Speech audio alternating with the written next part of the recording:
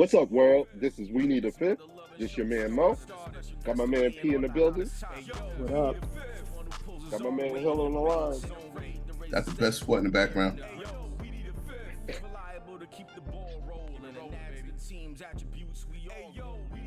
Let's start off quick hitters. WNBA announced Diana Taurasi and, more importantly, Brittney Griner re-signed with the Phoenix Mercury. I think this is nice. It's cool. But in the age of super teams, I think this duo is past its prime. Mm-hmm. I think Taurasi is already on the decline. I think it's going to be hard for Brittney to come back and be dominant after all she's been through. I think she's going to have to work her way back into that position. I think Las Vegas and New York has done too much as far as the additions they made to their teams to be challenged by this Phoenix Mercury team that they have right now, even with Diana Taurasi and Brittney Griner re-signed.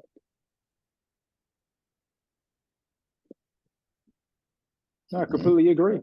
That's pretty much. I think both ladies are a little long in the tooth, so to speak. And I don't think Vegas or New York are worried about these two signings at all. Oh wow! Here we go. Here we go. Look, more so. I mean, Skylar Diggins is there, right? She's still there. No, I think she. I think she left. She left. All right. Well, you got to have some type of reasoning to bring tickets to a struggling sport, to say the least. So I can see the re-signing of both, actually, Brittney Griner with the whole Russia situation, and just a diehard stalwart in Diana Taurasi. I think this year is strictly just for an economical standpoint, but they're taking so much salary in doing it. So I hope there is a turnaround in it. Don't get it mistaken. They're taking pay cuts, hell. Like Brittney Griner, honestly, is not getting paid probably half of what she can get paid in the WNBA market. Like, hey, she's the type of player where you can honestly say that she deserves a comparable contract to Breanna Stewart or someone of that ilk. And I know Stewie is close to, if I'm not mistaken, like $1 million in salary. Oh yeah, Breanna Stewart. I don't know. I know it might be a culmination of a couple years. You think she makes $1 million a year? I think it might be 3 years. 3 years on that, because I believe the highest paid player might be in the range of maybe I think it's 400,000. Yeah, I think it's her. So you might be right, and it might be over a couple of years. But I believe it's 3 years, 1.2, something like that. Yeah. Yeah, so it's about 3 and some change, close to high threes. Yeah, I think. I mean, I think Brittney right now is only making 126. 186. So, I mean, I guess it's something to prove for 1 year, but yeah, definitely. And I don't know. It looks like Diggins still might be on the team, and she's making high numbers. Well, I know they had a rift them two, and they was trying to get her off. Diggins, yeah. So, yeah, we'll see. Interesting times, though. Very. I know. I'll watch, just for the simple fact of the political nature of it, and see how she bounces back from the adversity that she dealt with. You know what I mean? So that's the interesting part, which brings me into it. So you had a couple of games you get some eyes from a casual fan than me. Not so much Diana Taurasi. I know what she brings. I'm not a fan of a game, actually. I'm a fan of her accomplishments. Some on lines of the Tom Brady feel. Mm. You know what I mean? I gotta respect winning. Just the way they do it, kind of turns me off. But it should be interesting to watch. And welcome back, Brittney. You know, 1 to the States and 2 to the game you love. Definitely. Pete, is this going to make you a watcher? No. Can we get you? No. Wow. No. Wow. No. That's where we're at. No. I wish everybody well, but yeah, I'm not going to sit here and tell you that when the Phoenix Mercury play, I'm going to be tuned in. I'm not. I'm just being honest. Like I said, Liberty Aces, I probably would be there for that. But other than that, no, I won't be tuned in. Okay. We got the NBA. Got a couple of cats coming back from injury.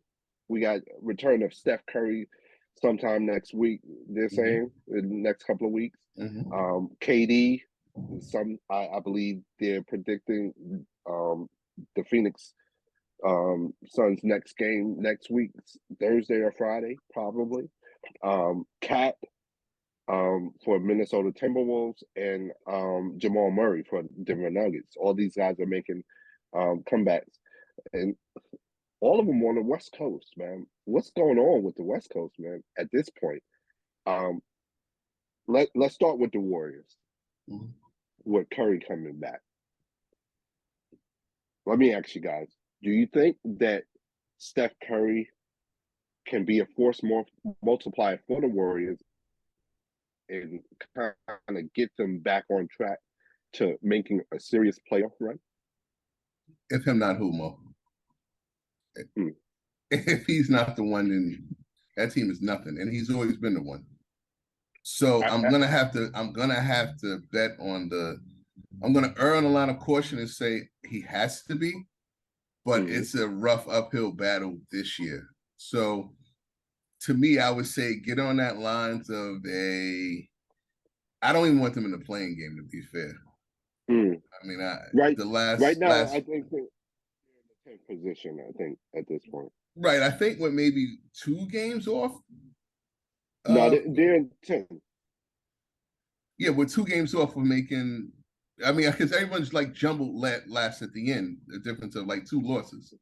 Yeah, so like between 10th and 6th. Yeah, so it's like 29 and 31. They're a lot jumbled at the area. So there's some room to make it, and he's the guy that, make a stretch run. Yeah. And I can see it. It's what they need. You know what I mean? It's to actually not allow Clay to be your 1A, which is a scary thought. I know Clay threw a 42 the other time, but you need Clay to be that solid B who can destroy a game as opposed to being the focus in which you can shut him down. 25 points. 25 point out of him, Clay could be a 8 for 31. You know what I mean? I don't know why Steph 8 for 31 is a little bit better, but for Clay, it's rough to watch. But him as a second option, and then having Jordan Poole and the other guys coming in, that bench has been abysmal. But I think Steph could, jolt them back into a nice run here at this last moment. I doubted him last year. It was stupid for me to do that. Well, Hill, I'm going to take your position from last year, and I'm doubting them. I think that, like you said, their bench is abysmal, and they can't win on the road. At this point, they're likely seeding to be in the lower seeds. You got to win on the road. At this point, I don't think that they can do it. They haven't even hit double-digit wins on the road at this point in the season. And we only got, 20, 25 games left in the season? And these guys can't win on the road for whatever reason. And their defense is not traveling. I think a lot of that's their initial ball defense going in. They have little to no resistance of a point guard when getting into their offense. Ja, Dame, and I think that is the main reason why they were able to get Wiseman and get Gary Payton back. I think having them doing that full court bring down and disrupting the natural offense allows for passing lanes and people not having that comfortability. So I think more so Steph Curry and Gary coming back. I think it'll shock them. A lot of my money is on Golden State, actually, but it has them two coming back. I like where they are, actually. P, you yawning on the Warriors? What's up? They don't keep you up at night? What's going on, man? I've said this time and time again. Steph comes back healthy. I think they have as good a chance as anyone. One thing I think really went out is Wiggins. Like he's very important to the success. Like to the fact, like if he doesn't play, I don't think they could get out the first round anyway. But yeah, this whole Western Conference, the way I look at it now, just get in. I think pretty much almost everyone has a chance. There's about 4, I'll say maybe 5 teams. Wouldn't surprise me if they got out the West, including the Lakers. Yeah, just get in. Just as a fan, I want Golden State and the Lakers in. You know what I mean? I want to see AD, LeBron, what they could do. I want to see Curry, Clay, Draymond. Can they make another run at it? But yeah, I just don't doubt Golden State. To your point, well, I probably should, but with that trio winning, with that trio winning, 4 championships, I'm not doubting them. Yeah, I'm just not. I'm going to have the courage to doubt them for all of us. Yeah, I'm doubting them. I'm putting that on the record. February 25th. Hey, I'm there. I doubt. I don't think that they're going to be able to repeat. It's not a bad statement. I mean, ain't nothing. I was thinking playoffs. Yeah, I would say if they don't repeat that, I don't mind. I wanted them to make the playoffs. Yeah, I think they'll make the playoffs. Well, if they make the playoffs, then if they make the playoffs, No. If they make the play, if you feel they're gonna make the playoffs, then then my thoughts of them winning the championship are like what Pete said. It's up in the air. I think they can make a run for it easily. I don't think neither one of those two, the top seeds, want to see the Lakers or Golden State. So the key is for them not to make the playoffs. I think people should play hard. The Golden State and Lakers don't get in. Yeah. If they get in, they'll lose those first. I'll bet the last 2 that the Lakers and the Warriors will win their first round matchups. I would bank. Yeah. I think they get in. They could beat anybody in that tournament. Period. Okay. Yeah, absolutely. Okay, let's continue on the West Coast. KD expected to come back sometime next week. Many people are anticipating the next game that Phoenix plays next week. KD will be available. What does his addition to the Phoenix Suns mean for them? Are they the prohibitive favorite in the West? I think that they can be a problem for a lot of teams, man. I said no because I didn't think Ayton would care. But these last couple games, Ayton's been balling. So if you're going to give me that inside presence and they can just flank on the outside Booker and Durant and have Paul probe, that team's going to be a rough out. That's going to be a tough out. Defense is going to be what's in question. Right now, I think. Go ahead. Right now, I think they're in the 5th seed, the Phoenix Suns, and so that would put them against the Clippers at the 4th seed. Yeah, it doesn't matter. You add in Weapon X, you add in Kevin Durant, and like I said, Ayton playing the way he is, and then Booker and Paul doing their thing. Clippers wouldn't be a tough matchup for them. I don't have the Clippers tough matchup for anyone.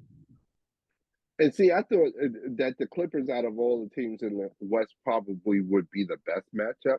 Don't fall into that, Mo. They're no good matchup for no one. For no one. I don't understand why people just have so much faith in the Clippers. I don't get it. As far as Phoenix, Mo, you talking about maybe the wing defenders matching up with Durant and Booker? Yeah, Paul George and Kawhi Leonard, they're supposed to be those dudes, right? Yeah, but they can't, though. they can't. I mean, And I'm saying Paul George will be sticking Durant. I don't think he'll stop him. And Whichcomb has to limp. George will be sticking Booker. He'll defend him. I don't think he can. And Kawhi will be sticking KD, and I don't think it'll stop them. KD is just a scorer. Make it difficult, but I still think they'll get their points. Okay. Now, let me ask you this. For Kevin Durant, do you think this is for the Phoenix Suns, forget just Kevin Durant, because I think at this point it's the entire team. Do you think this is a championship or bust? Like they have to win it this year? Where are they going? Ayton re-signed, right? Yes. Yeah, I think they got everybody pretty much locked up for the next 2 years, 3 years. Yeah, I say they have about a 2-year window, and the only reason I say that is because of Chris Paul. Like this might be his last time to really be a contributing factor to a championship team. You know what I mean? I think at this point you would look at him as the third option, or So yeah, for him personally, this might be it. But I think Phoenix has like a 2-3 year window because KD has shown no signs of slowing down. Right. Definitely. But if you're an adult, you're going to hand the keys over to Elfrid Payton? No, right? No. Yeah, and that would be the issue. But Durant and Booker are such great scorers. I don't think you need exactly an all-world point guard for this particular team. But you would need one that actually gets him the ball, and he doesn't seem to be the guy. Yeah. You don't want. Yeah, right. Chris Paul just needs to hit shots. If you think if you're looking down the road to a replacement, you just need like a point guard that can shoot more than a playmaking point guard to complement KD and Booker and even Ayton.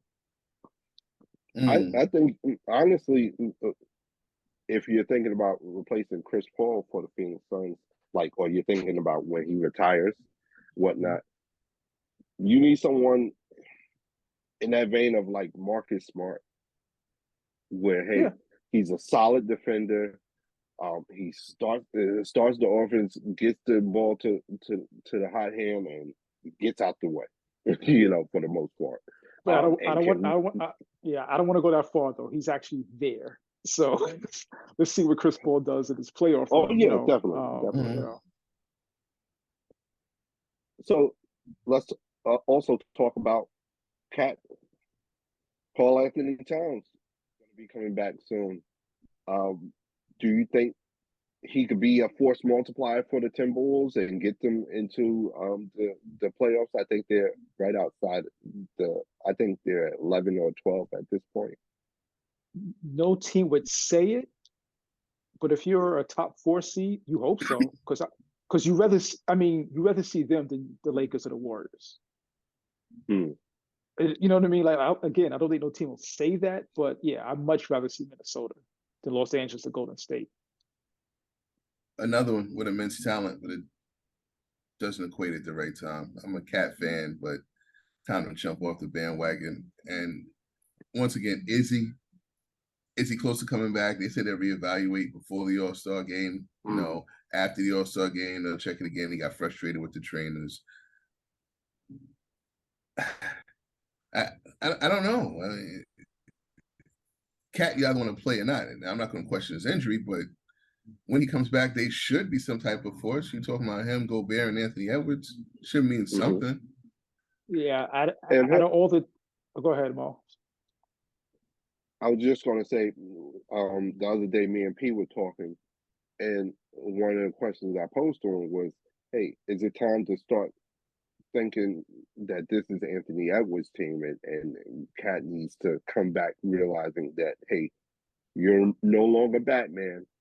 You have to take the Robin position." Do you think it's reached that point with Anthony Edwards' development? Yeah, I think towards the playoffs it started to show there. You know what I mean? Anthony Edwards is more a consistent person you can lean on than Cat. That team I thought was prepped with D'Angelo to go far. Those were good pieces that they had. They found themselves on the outside, outside looking in too many times. So if they couldn't get it done with D'Angelo, you might have to look towards Cat taking that secondary role. You should be looking towards taking that secondary role, or looking towards moving them and bettering up the team if you can. But that should be AE's team, period. So let me take the vote. Do we think that the Minnesota Timberwolves, with the addition of a healthy Karl Anthony Towns, will be able to play their way into the playoffs? I would go with no. Hill? Yeah, I'm going with no as well. Oh, okay. That's a consensus. That's a unanimous vote, because I'm there as well. All right, final guy we want to talk about coming back from injury, and this is questionable too, to a certain extent, right? It's not certain when he's going to actually come back. He played. Jamal Murray. Yeah, he played. He played? Okay. Yeah, he played. Yeah, he had like 15 points in the first quarter too. So, I mean, how dangerous is Denver with him healthy? Very, very. But they're not going to play the way in which I always felt they should have played, is making him the focal point. It doesn't make sense, because you're going to tell him, two-time MVP, that they're running through a guy who hasn't been here in close to 20 months. So. But couldn't you also push back that, hey, when this guy was available and healthy, we got the furthest in the playoffs we've ever been as a team, as the unit, him, Joker, and Michael Porter Jr. Yeah, but so much data has been shown since that. How can you stay away from getting the ball into Joker's hands? You know what I mean? Results show you one thing. Was that more of a anomaly, as opposed to which is more of the norm, because Joker's been giving it to you year after year? But he has been able to show that since the bubble, because he's been hurt. So maybe you can, if you go back to that. I think you should try it, but Joker's been here and he's been producing, so why, go against that? I think you go against it just because of, hey, their record in the playoffs with and without Jamal Murray. Like, as well as Joker has played during the regular season, that hasn't translated to playoff victories or him being able to go past the first round. And I think unless Joker shows that, hey, I can get you guys to the Western Conference Finals by myself, I think you have to go with the proven results in the playoffs. Like, Jamal Murray got you almost there. I think you go with that result, and hope that remains true, because besides him being hurt, he hasn't shown you any reason to distrust him or to think that, hey, he's not as talented as he was as he played in the bubble. Yeah, during that time though, you had an emergence of Michael Porter Jr. You had, like you said, Jamal with the ball, and you had other ancillary pieces that, work with Joker and his developing into Joker. I think everything that makes Joker special is the reason why I don't think that they'll go far. Like, Joker is the tallest person on the court more times than not. And his ability to find other people is quietly, he's like a benevolent Westbrook. He's a stat pattern to me. And it's and I hate doing it because it seems like a knock, but it's, I can do everything. I'm this special person. I get these individual accolades. And either we're winning or we're losing, I'm still looking good. But I would prefer Joker to spend 90% of his time underneath, brutalizing people. There's no way that Draymond Green should be neutralizing the Joker. And that's because he's about 15 to 20 feet outside of the paint. You know what I'm saying? Like, for everything that everyone gives him credit for is the reason why I think it's a detriment to them winning. Well, again, who am I? So. And this is just a crazy thought. Would Denver had been better off like trading for a player like Gobert and having him play alongside Joker? So you have that traditional big inside, and someone that can deal with the more athletic bigs that give Joker trouble oftentimes, especially in the playoffs. Like, hey, JaVale McGee and Dwight Howard was giving Joker trouble in the playoffs in the bubble during the Lakers. Yeah, Go ahead, Pete. the reason I say no, because if you're going to make that commitment, you need to be able to punish teams on the offensive end, and I don't think you could do that with Rudy Gobert. You know what I mean? If he was a quote unquote two-way player, yes, I think that strategy could work. Against a small ball team, but you have to be able to punish them on the other end. Because like we saw what Dallas did to Utah in the playoffs, they'll play 5 out, make Rudy Gobert guard a perimeter player. Then on the other end, you're not going to post Rudy Gobert.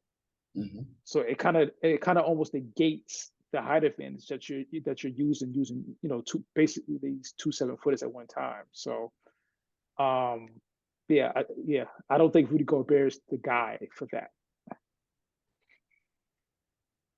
Out of all these players that we've discussed coming back, who do we think is going to have the most impact on their team as far as pushing them forward to the playoffs or winning a championship? Curry, KD, Cat, or Jamal Murray? You say Steph right away. KD's right there, obviously, but yeah, I would still say Steph because I feel like without KD, the Suns are a playoff team. Without Steph, Golden State might not even get into the play-in. Yeah, he took the words out of my mouth. I mean, with KD not being there, they had the best record in the league at one point. It was run away with it. Steph turned that team around last year when he had some time off and came back. It's always been Steph Curry, since he's been here, to be honest, outside of course LeBron James.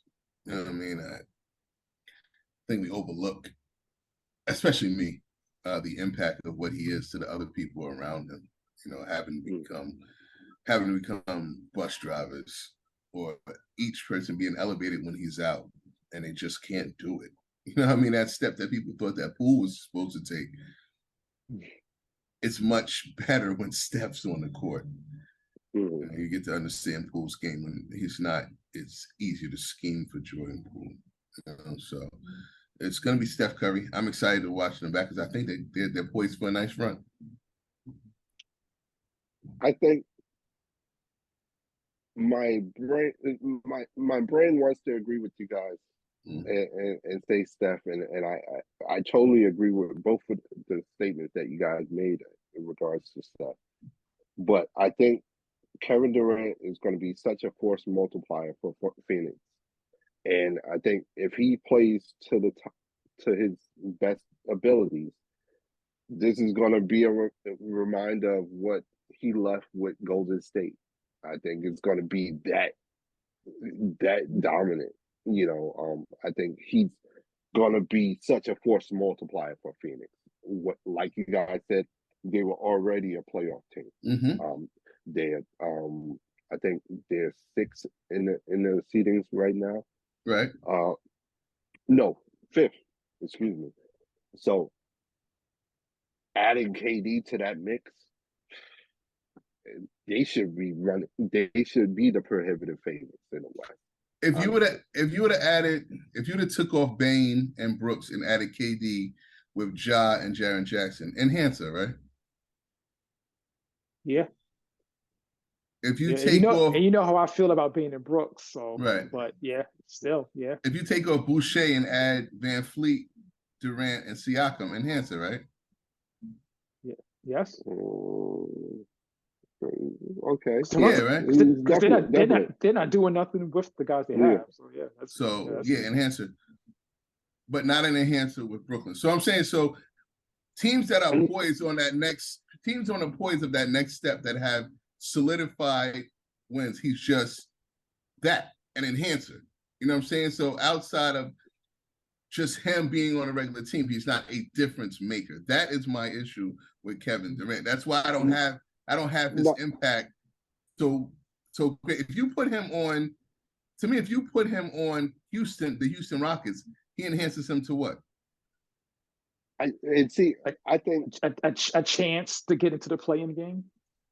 that's it. Because I think it's one of those players that he's truly about just playing basketball. I think if you put Kevin Durant in a stable organization that has a culture already established, you're not asking him to establish a culture. You're not asking him to start a culture or enforce a culture. You're asking him to fit into a culture. Then he could run away with you. He's going to be that force multiplier. But if you put him in a situation where, hey, you're asking him to establish a culture, enforce the culture, like they were asking him in Brooklyn. They pretty much said, here's the keys, Kev and Kyrie, start our culture, show Correct. us how to win. They didn't. And he wasn't able to do that. So, yeah, but that was them having to create a culture on their own. And you know what I'm saying? It failed. Yeah. You know what I'm saying? Like if he just wants to play basketball, go get a membership to the Y. Go get a membership to a regular sports club where they just play basketball. And he does. We see it. He plays pickup games all the time because he loves basketball. But don't fool yourself. He loves going to teams who are in position to win for legacy purposes. It's not like if he wants to just play basketball, he would leave and go to Central Avenue. He would go to New York sports clubs. I don't buy this whole thing of culture and I love the game so much, because those who love the game so much would play it without getting paid for it. If you really love it that much, you would just go and do it. He does know where he wants to go and play. You know what I'm saying? Like, I don't want that message to get missed. And when we're dealing with Kevin Durant, it's not like Golden State just so out the blue, such great coach. They have great players as well too. You know what I mean? They kind of mesh with what he wants to do, but it's not like he could have went other places where you can just go and play basketball. I think that's everywhere you can go play basketball. You know what I mean? That's an honest argument. So for me, that's why I would have Steph Curry. Like to me, it's no question why you go to these certain places, why he's been doing it. Like, you know what I'm saying? So I just have a problem with the whole I just want to play basketball type theory, because there's ways to get that outlet done. It's as simple as here's $14 per month at New York sports clubs, and you could shoot to your heart's content and run pickup games, which he does.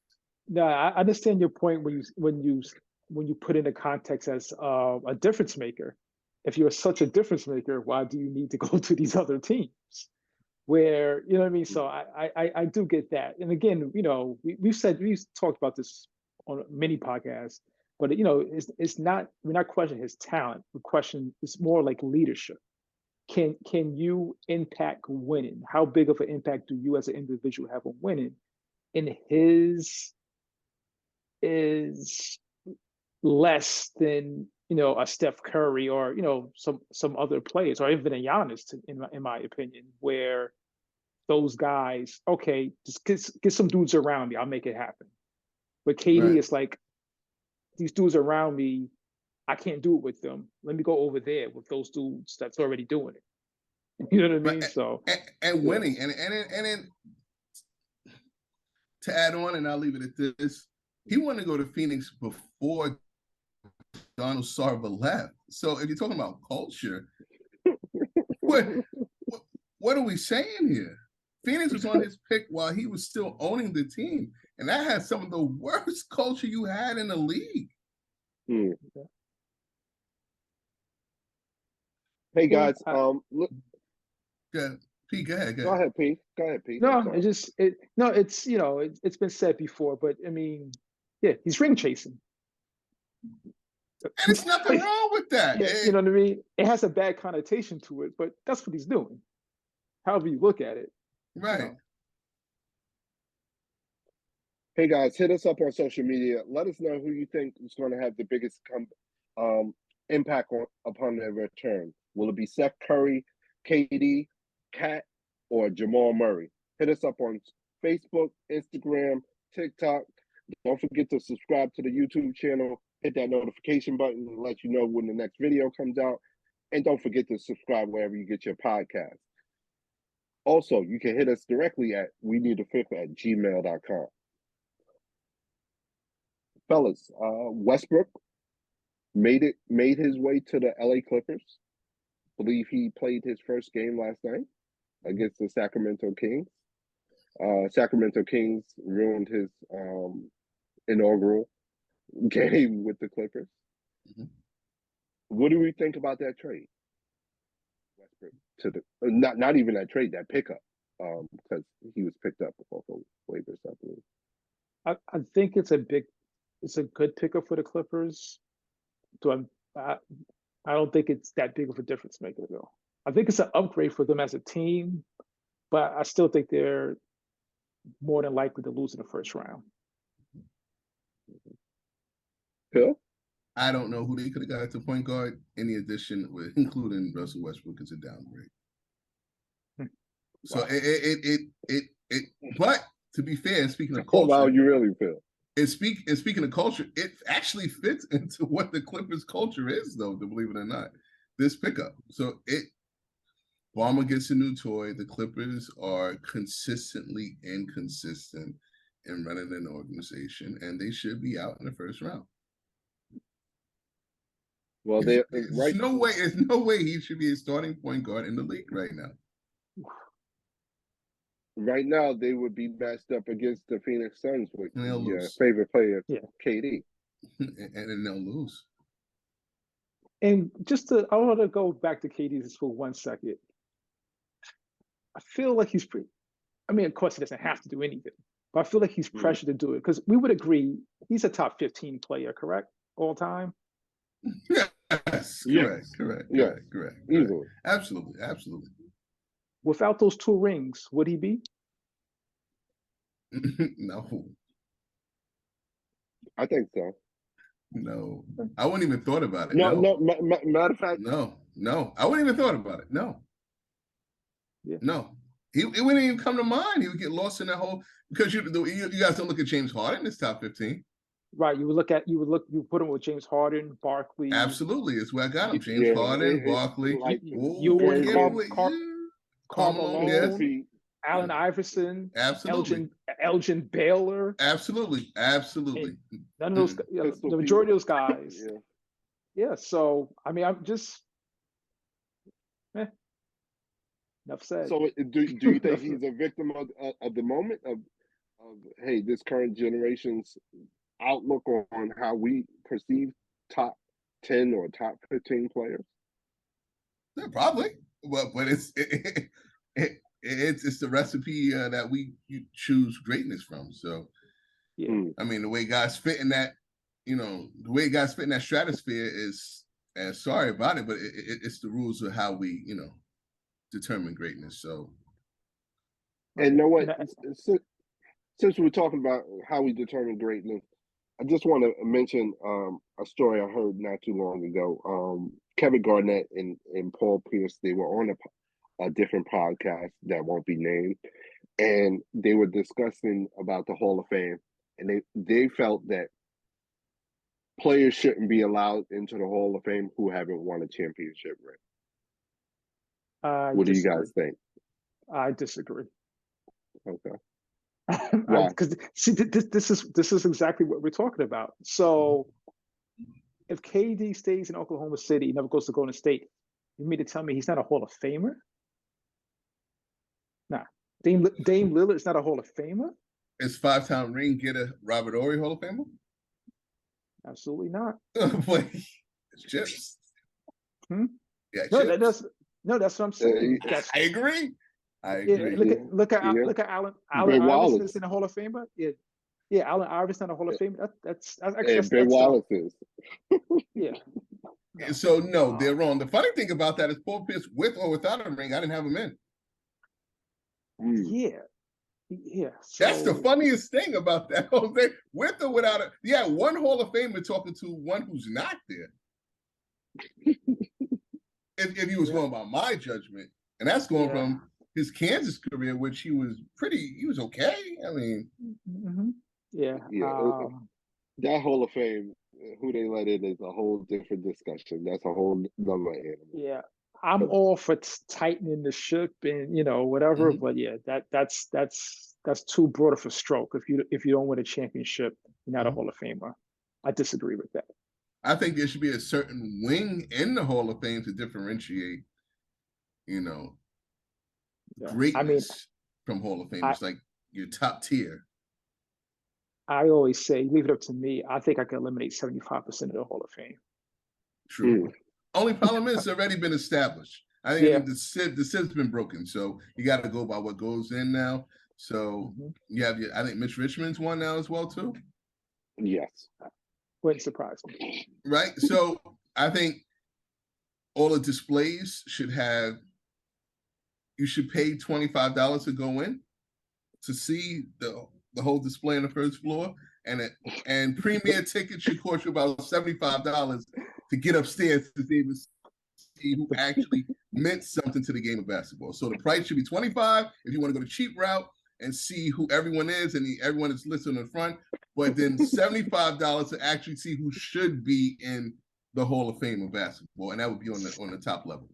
Separate the platinum from the bronze. Absolutely that. Absolutely that. You have a whole group of people down on the first floor, and then they'll tell you, hey, don't speak too loud in here because it echoes so loud up here on the top level because there's so much room in here right now. Don't talk. Don't yell. No, don't talk because it'll be so loud in here. That's how many people you probably have in the actual elite of Hall of Famers if you allowed me to do it. Mm, I agree.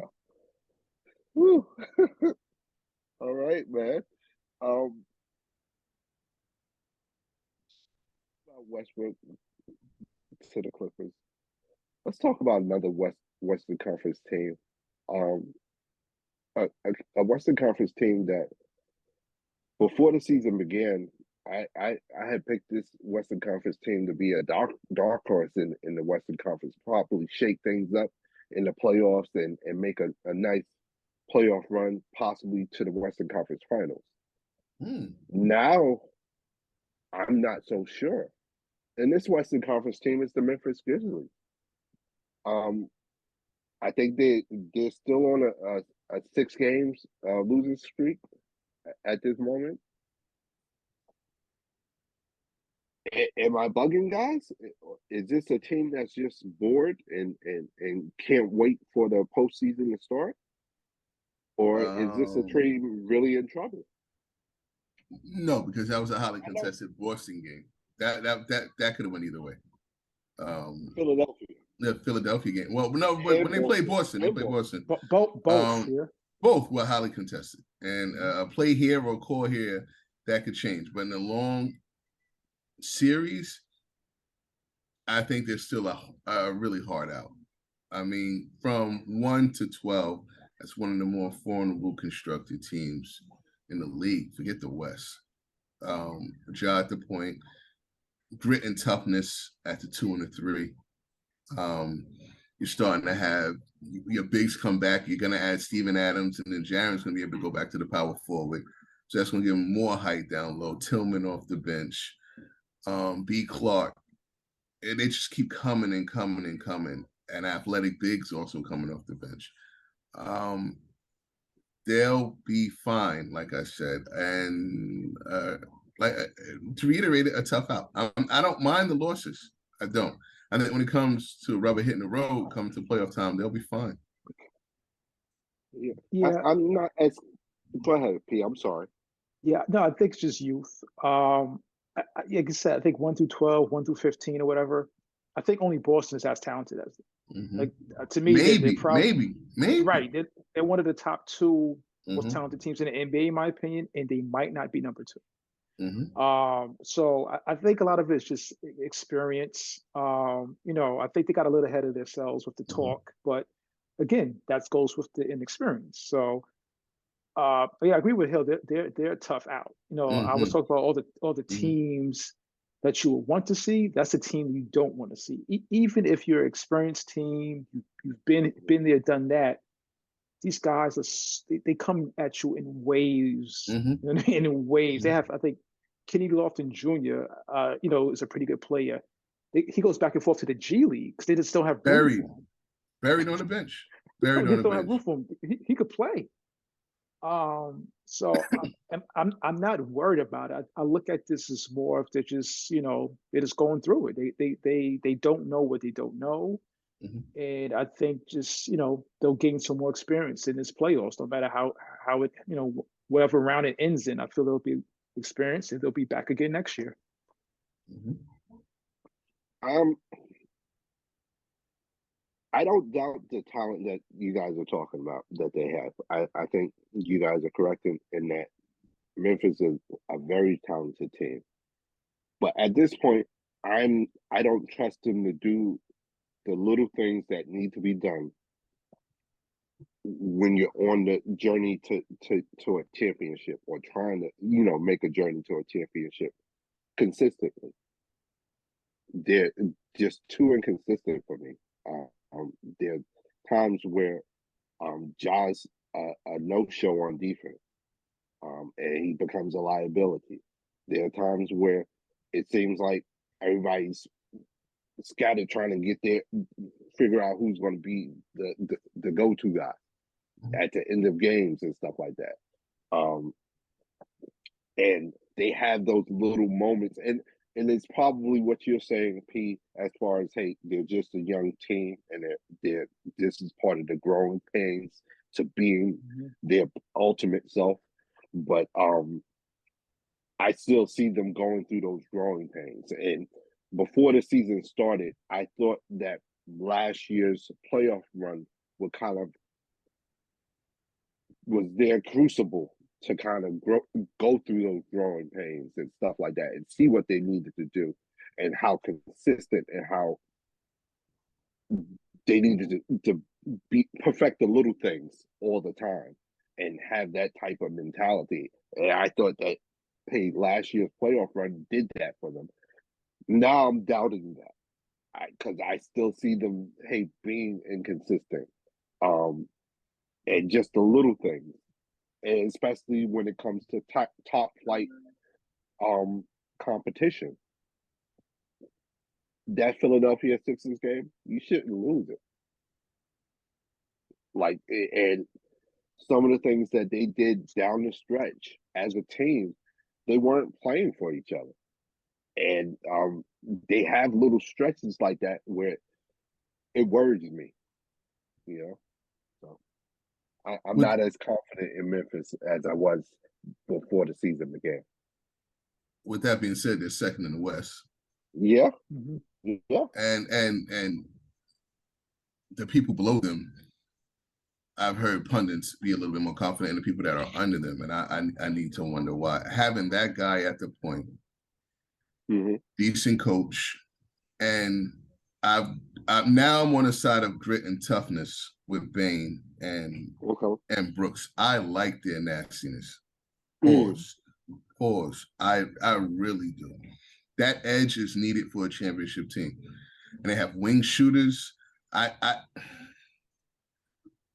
didn't like losing Melton. But other people have picked up the slack. So, and Ja, I trust, man. I really do. From bringing the ball up, it's a double. It should be an automatic double team. Just there's no way you can give him a head start, but there's no way to start an offense from taking the ball out that he doesn't get a downhill run. And it's in either kick and pop. Jaren is giving me about 4 blocks a game. You know what I'm saying? And you're thinking of, and like I said, with Adams coming in, you're going to have Twin Towers in which it's going to be rough for team. If I had to pick, I would have them coming out the West right now. Right now, I would have them coming out the West. Okay. I just like their team, I really did. I really do, excuse me. I really do.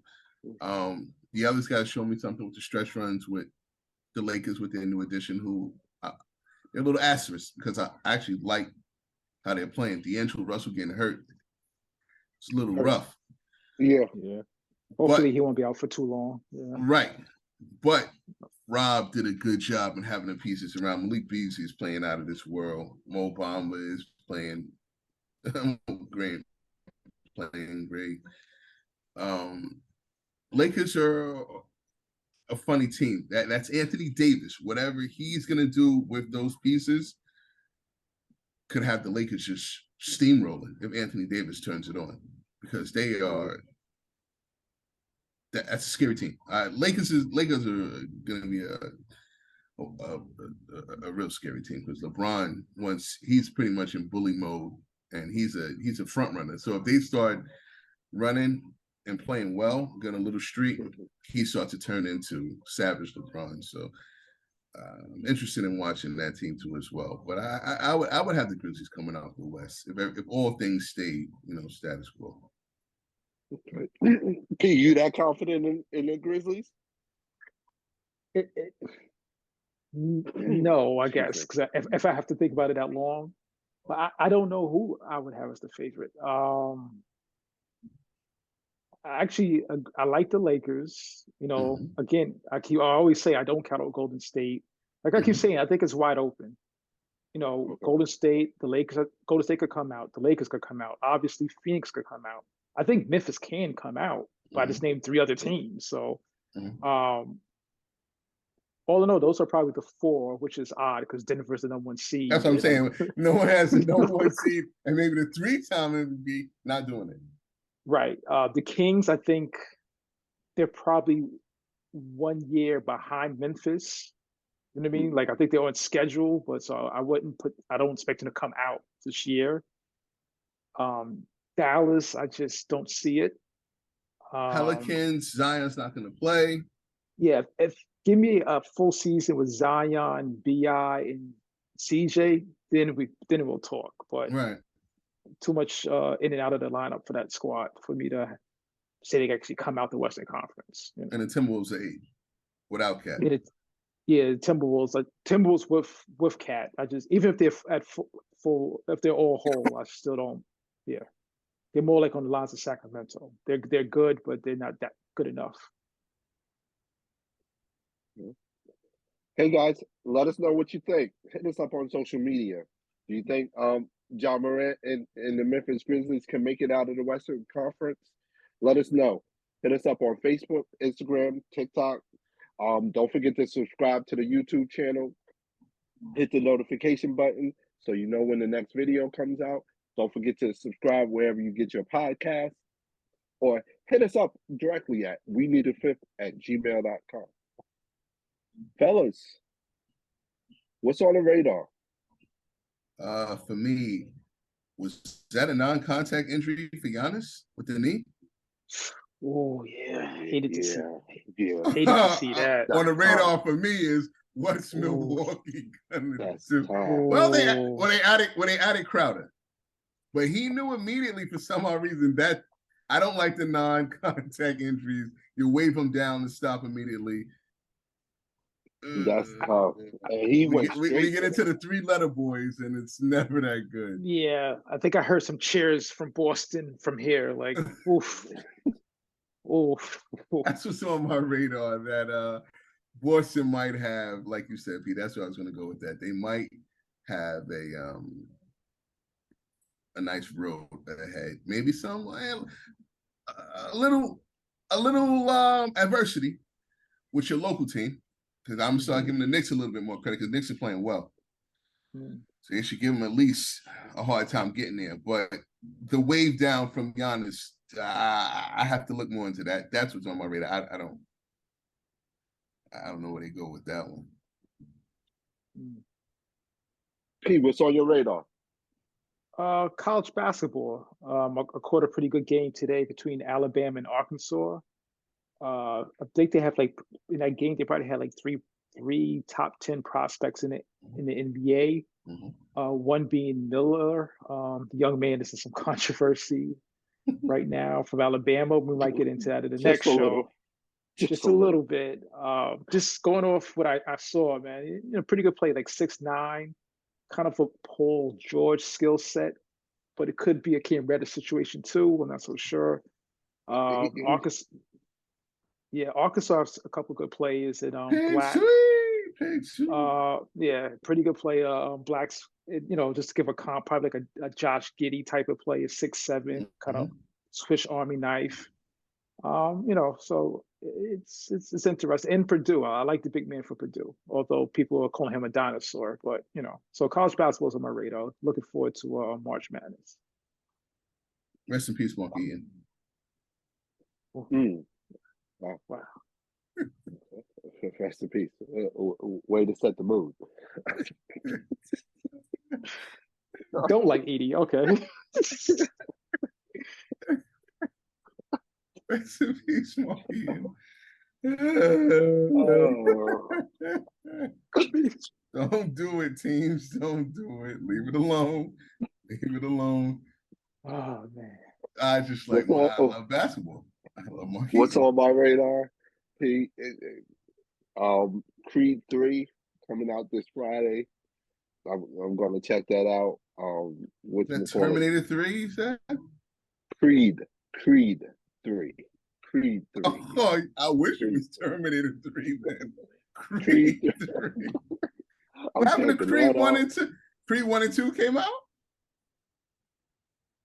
Yo, you're the worst, yo. You're the worst, yo. Oh gosh, you're so the worst. You're so disrespectful. You're so disrespectful. Can't take you nowhere. Oh man. But getting high, what you call it? High marks. So it should. Michael B. Jordan's directorial debut. So I'm there for that. Yeah, definitely. Yeah. Wow. One of the lowest rated All-Star games known to man too, just to let you know that. Yeah, that was bad. Yeah.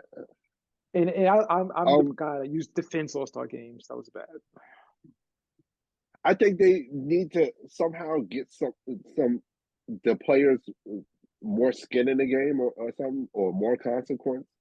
Maybe replicate what MLB did as far as, hey, the winner of the All-Star game has home court advantage, as far as that conference has home court advantage or something. I thought you meant juice the balls and juice the players, and then try to be totally oblivious to the fact that they were juicing the balls and juicing the players. Well, they did do it. They did do it. Yeah, I think it's up to the players. You need pride. They did the whole 5-quarter thing that worked for like a couple of times. Players just have to take pride, play some defense, bro. Like I don't know. I mean, it's a different type of play. I mean, you're not going to get what you had before with the love of the game, and it's pretty much All-Star game load management.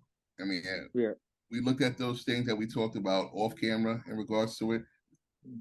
I'm okay with today's NBA player. I think it comes with the territory. Load management is what it is. It's here now. You're not going to get your Kobe Bryant no more. You're not going to get your full-on players. Like you said, some players are still playing every game, so it's not like it can't be done. And with conditioning, either you're going to fire some of the conditioning coaches because people are load managing and still getting hurt. Yeah, I think the cream is just going to rise to the top when it's all said and done. Because if you load management, when the playoffs come and you ask to play 38, 40 minutes, you're dead. Right. You're going to be dead. So I think at the end of the day, it'll work its way out. Don't forget to hit us up on social media, Facebook, Instagram. Rest in peace, Mark Eaton. Don't forget to subscribe to the YouTube channel. Hit that notification button. Subscribe to our podcast wherever you listen to your podcast. Hit us up directly at weneedthefifth@gmail.com. Fellas, it's been real. To all our fifths out there, stay safe. Peace. Mark Eaton. Shout out A. DeClerc. Shout out Dwayne Schnitzes. Dwayne Schnitzes. Yao Ming. Dolph Shames. Yao Ming? No. Yao Ming is still alive, yo. Right? Yeah, just shouting out though. I'm just saying these are, Boilermakers. Yeah, yikes. Random 7-footers. Random 7-footers that just bringing up right now. Nothing in common. Nothing. Hopefully. All right, bye. Later, world. Peace.